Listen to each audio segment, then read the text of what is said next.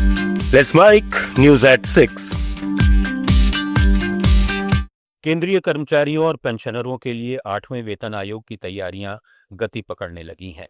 आज दिल्ली में national council JCM की बैठक में कर्मचारी संगठनों ने अपनी प्रमुख मांगें रखी। मुख्य मांगों में फिटनेस फैक्टर 3.25 तक बढ़ाना, सालाना इंक्रीमेंट 3 से बढ़ाकर 7% करना, रिटायरमेंट पर लीव एनकैशमेंट को 300 से बढ़ाकर 400 दिन, फैमिली यूनिट को 3 से 5 करना, जहां सीजीएचएस सुविधा नहीं है वहां मेडिकल अलाउंस 1000 से बढ़ाकर 20,000 रुपए प्रति माह करना, पुरानी पेंशन योजना की बहाली, पारदर्शी प्रमोशन नीति के साथ 30 साल की सेवा में कम से कम 5 गारंटीड प्रमोशन और एलटीसी को कैश में देने की सुविधा शामिल है। अब ड्राफ्टिंग कमेटी ये सुझाव अंतिम रूप देकर आयोग को सौंपेगी, जिसकी सिफारिशें जनवरी 2026 से प्रभावी होने की उम्मीद है। हालांकि अंतिम फैसला सरकार पर निर्भर करेगा।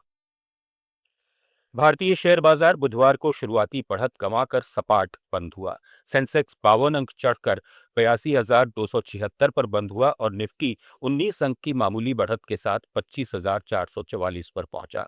दिन की शुरुआत में सेंसेक्स 682 अंक तक उछला था और निफ्टी 25,626 तक पहुंचा, लेकिन लाभांश बुकिंग, बैंकिंग शेयरों में गिरावट और विदेशी निवेशकों की बिकवाली से बाजार नीचे आया। Tata steel, HCL tech, Bajaj auto और टीसीएस जैसे शेयरों ने मजबूती दिखाई।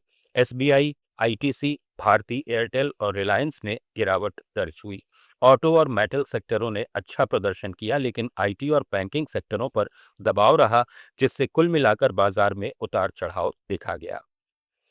इधर सोने और चांदी की कीमतों में बुधवार को तेजी जारी रही। India Boolean and jewellers association के अनुसार 10 ग्राम 24 कैरेट सोना 582 रुपए बढ़कर 1,59,823 रुपए पहुंच गया, जो लगातार तीसरे दिन की बढ़त है और 3 दिन में कुल 5,000 रुपए का उछाल दर्शाती है। 1 किलो चांदी भी 6,455 रुपए महंगी होकर 2,69,367 रुपए पर पहुंच गई। इस साल अब तक सोना 27,000 रुपए और चांदी 39,000 रुपए महंगा हो चुका है। 2025 में सोना 75% चढ़कर 57,000 रुपए और चांदी 167% उछलकर 1,44,000 रुपए बढ़ी थी। ओयो की पेरेंट कंपनी प्रिज्म ने अपने प्रस्तावित 6,650 करोड़ रुपए के आईपीओ से पहले कॉरपोरेट गवर्नेंस मजबूत करने के लिए एक महत्वपूर्ण कदम उठाया है। कंपनी ने घोषणा की है कि सेबी के पूर्व अध्यक्ष अजय त्यागी को स्वतंत्र निदेशक के रूप में बोर्ड में नियुक्त किया गया है। 2017 से 2022 तक सेबी की कमान संभाल चुके त्यागी के पास पूंजी बाजार विनियमन, कॉरपोरेट गवर्नेंस और वित्तीय नीतियों का गहन अनुभव है, जो प्रिज्म के सार्वजनिक बाजार में प्रवेश और दीर्घकालिक जवाबदेही को मजबूत करने में सहायक साबित होगा।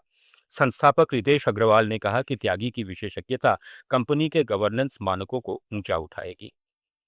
और चलते चलते एक महत्वपूर्ण जानकारी, अगले महीने यानी मार्च में भारतीय बैंकों में कुल 18 दिन कामकाज प्रभावित रहेगा, जिसमें 5 रविवार और दूसरे चौथे शनिवार शामिल हैं।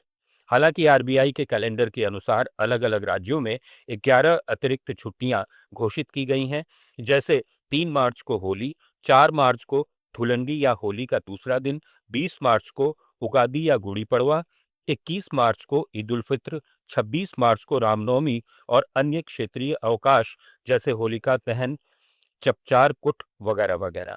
ये छुट्टियां राज्य विशेष हैं, इसलिए ग्राहकों को अपनी लोकेशन के अनुसार जांच करनी चाहिए।